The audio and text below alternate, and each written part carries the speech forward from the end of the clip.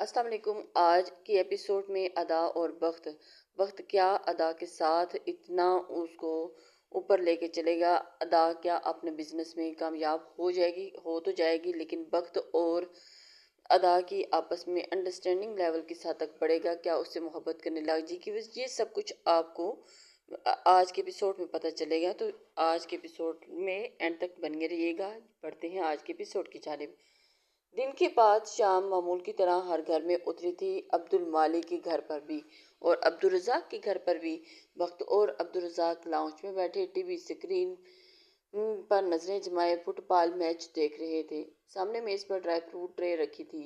وقت نے آگے جھک کر چند نگیٹس مٹھی میں اٹھائے اور انہیں پھینکتے ہوئے اس نے ایک نظر عبدالرزاق کو دیکھا۔ وہ موبائل پر کسی سے چیٹ کر رہے تھے۔ وقتاً فوقتاً اینک سے اوپر ایک نظر ایل ای ڈی پر بھی ڈال لیتے اور کوئی نہ کوئی جملہ بھی ڈال دیتے۔ عبد المالک کے گھر میں شام کے کھانے کی تیاری جا رہی تھی۔ ادا اور اس کی ماں کچن میں تھی اور ادا روٹیاں بیل رہی تھی اور وہ سینکتی جا رہی تھی۔ اس نے کتنی دفعہ ماں کا چہرہ دیکھا، حلق تر کیا، ذرا سا کنکار کر صاف کیا۔ پھر جب ماں کے چہرے کو دیکھتی تو ساری ہمت ہوا ہو جاتی۔ اور دوسری طرف وقت کا منہ چل رہا تھا اور اس کی نظریں اسکرین پر، مگر دماغ بار بار اسی کی جانب تھا۔ ایک لمحے کے لیے اس کا چلتا منہ رکا اور اس کی انگلیوں پر دیکھتا رہ گیا۔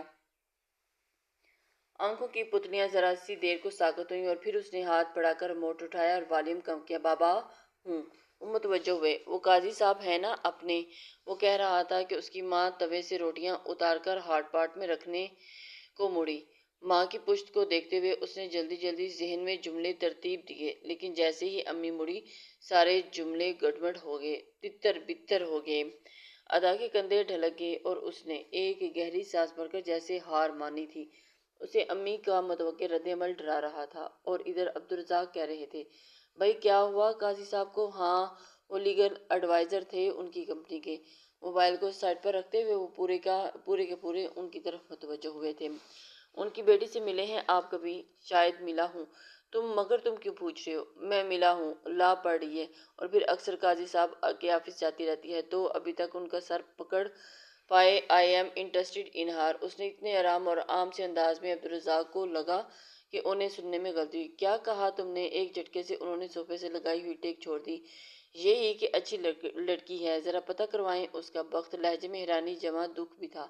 بابا، اس نے رسان سے کہتے ہوئے ان کے گھٹنے پر ہاتھ رکھا، اگر یہی کرنا تھا تو اس کا اتنا وقت کیوں ضائع کیا؟ وہ سخت دکھی ہوئے۔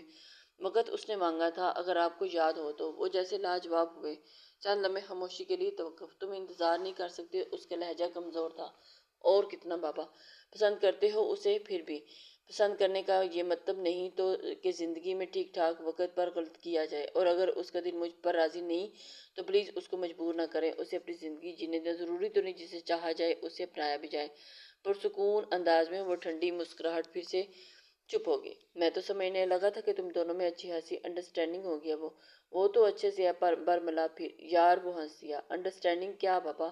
بہت اچھی دوست ہے وہ میری۔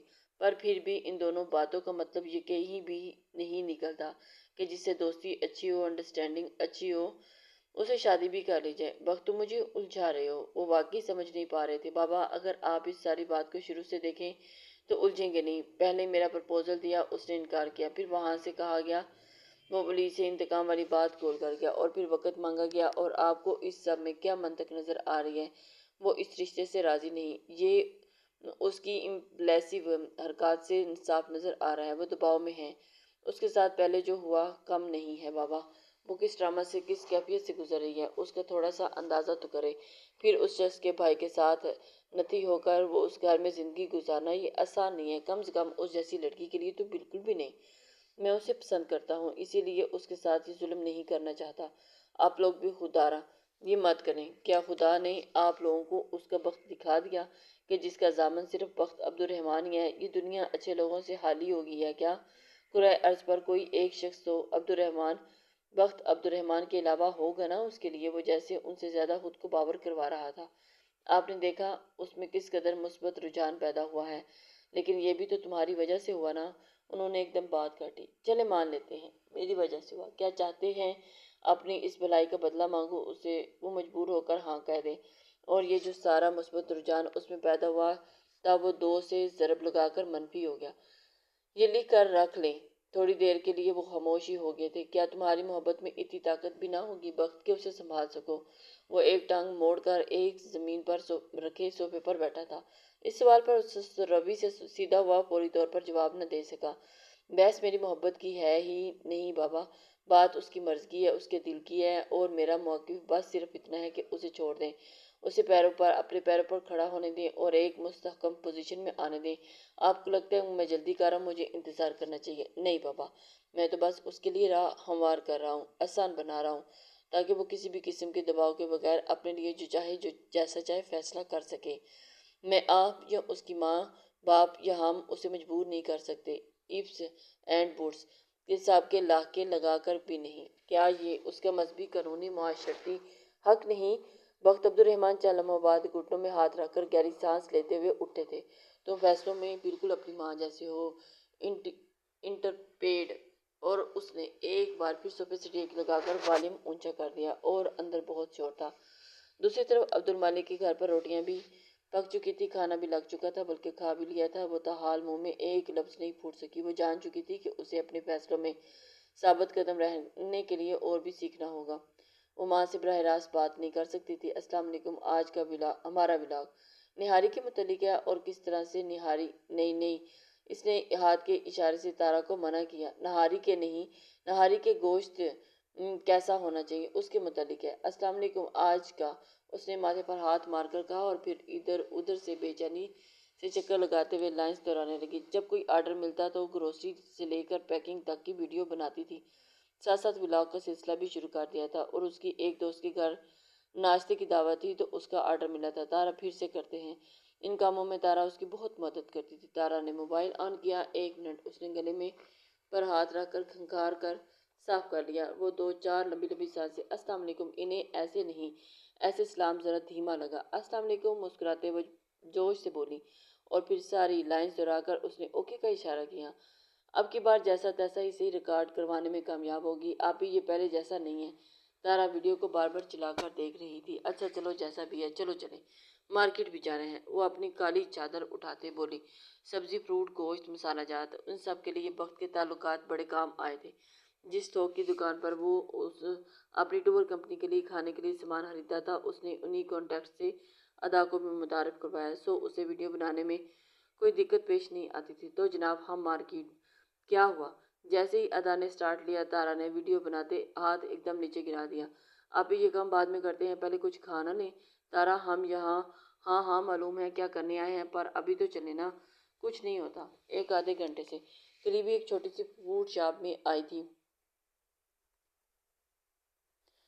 بتاتی ہوں، کرسی کے ایک دم تمہیں یہاں آنے کی کیا سوچی؟ کرسی کی سیٹ پر ادا بیٹھتے ہوئے بولی۔ بتاتی ہوں۔ اس کے مقابل کرسی کھینچتے ہوئے تارا بھی بیٹھی تھی۔ آرڈر کرنے اور سرو ہونے کے بعد تارا اس کی طرف متوجہ ہوئی۔